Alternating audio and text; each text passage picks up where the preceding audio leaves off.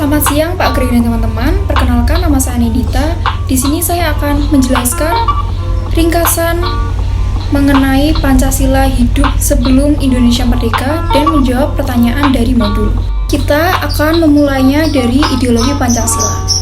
Ideologi Pancasila terbentuk, lahir, dan juga tumbuh di Indonesia yang penuh dengan keragaman karakter manusia, adat istiadat, kekayaan varian alam hayati maupun non-hayati. Kemudian adanya berbagai pemahaman yang membagi periode sejarah Indonesia yang dimulai sejak era prasejarah hingga era kolonial. Yang pertama adalah era prasejarah Indonesia. Secara geologis, Indonesia merupakan tanah air dengan pergerakan lempeng batu yang sangat aktif.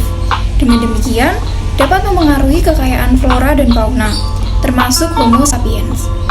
Kondisi alam Indonesia yang berbentuk kepulauan juga menumbuhkan budaya masyarakat yang berbeda dengan budaya Eropa, Amerika, atau negara Afrika yang tinggal di daratan. Selanjutnya adalah Indonesia era prakolonial.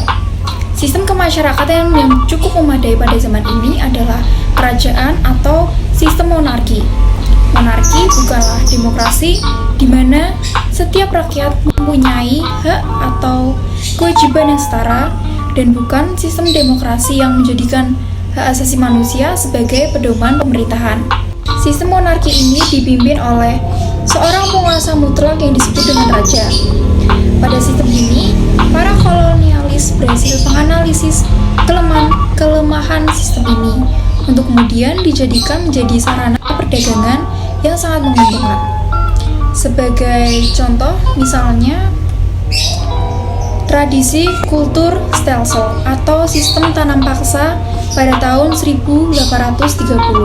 Strategi lain misalnya pengajuan divide et impera atau sistem memecah belah antara satu pejabat kerajaan dengan pejabat kerajaan yang lainnya. Setelah mereka perang internal, kemudian pemenang akhirnya akan bekerja sama dengan pihak kolonialis. Yang terakhir adalah Indonesia era kolonial. Era ini dimulai ketika Afonso de Albuquerque mendarat di kawasan Nusantara dan kemudian menyebarkan kabar ini ke Portugis. Kemudian, motivasi kerajaan Portugis datang ke Asia yaitu adanya ekspansi yang dapat diringkas dalam 3 kata bahasa Portugis, yaitu Vitória, Fortaleza, dan juga Igreja. Di masa ini, rakyat Indonesia sangatlah terpuruk akan segala bentuk jajahan dari negara atau bangsa lain. Kemudian dicetuskanlah Pancasila guna menolong mereka yang lemah tak berdaya, mengalami kekejaman, jauh dari sukacita dan harapan. Ideologi Pancasila yang berlandaskan gotong royong atau solidaritas mendalam seharusnya menjadi suatu antitesis dari sistem yang tidak adil tersebut. Solidaritas mendalamlah yang dapat mendirikan suatu tagline berupa Bhinneka Tunggal Ika yang artinya berbeda-beda namun tetap satu. Kemudian di sini saya akan menjawab pertanyaan dari modul. Soal pertama adalah apa keunggulan dan kelemahan dari sistem monarki atau kerajaan? Keunggulannya yaitu yang pertama, sudah saya jelaskan di awal tadi mengenai sistem pemerintahan monarki bahwa kepala pemerintahannya mempunyai kekuasaan yang tidak bisa diganggu-gugat dan dipengaruhi oleh pihak lain.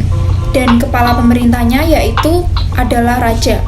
Yang kedua, jarang terjadinya penyelewengan dalam roda pemerintahan karena hanya dipimpin oleh satu pihak yaitu raja.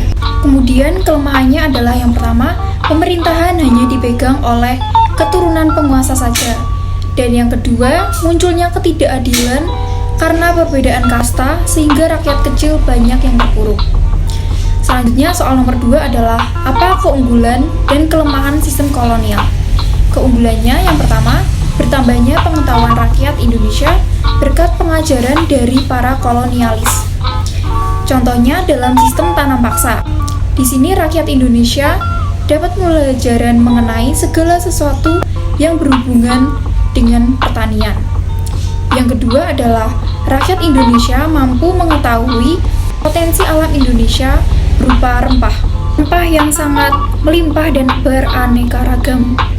Kemudian, kelemahan dari sistem kolonialis yaitu pertama, adanya perbudakan yang dialami oleh rakyat Indonesia yang dilakukan para kolonialis, contohnya Romusa dan juga kerja rodi.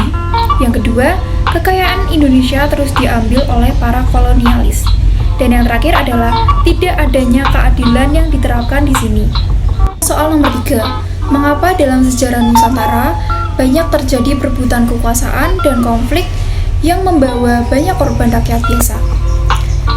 Karena yang pertama, pada zaman itu masih banyak rakyat Indonesia yang tidak memiliki pengetahuan yang luas dan mudah sekali dimanfaatkan untuk kepentingan para kolonialis.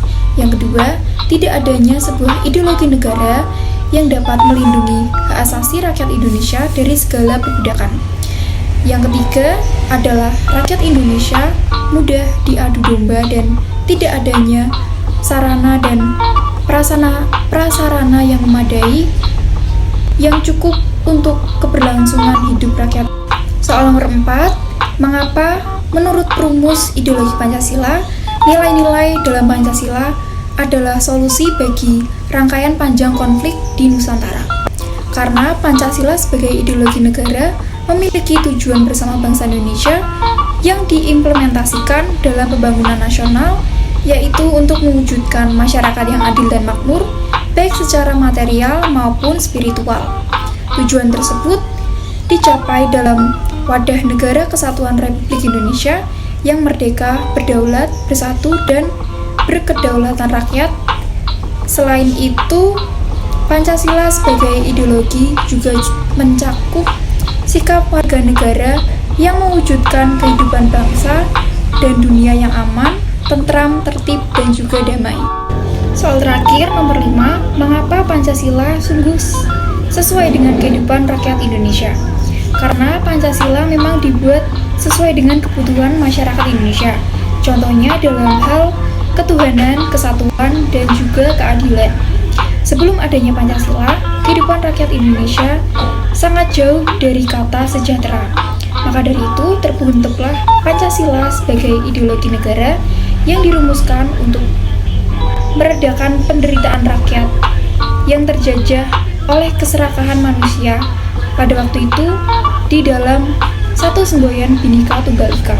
Kemudian tugas kita sebagai warga negara adalah dengan menanamkan nilai-nilai Pancasila secara terus-menerus kepada masyarakat, terutama di lembaga pendidikan dan kepada kaum muda Indonesia. Dengan penanaman nilai-nilai ini akan memberikan pemahaman yang baik akan pentingnya meningkatkan kewaspadaan nasional terhadap bahaya komunisme demi terwujudnya ketahanan nasional berdasarkan Pancasila sesuai ideologi berbangsa dan bernegara. Sekian penjelasan saya dan jawaban dari pertanyaan mengenai Pancasila hidup sebelum Indonesia merdeka. Saya ucapkan terima kasih dan berkah dalam.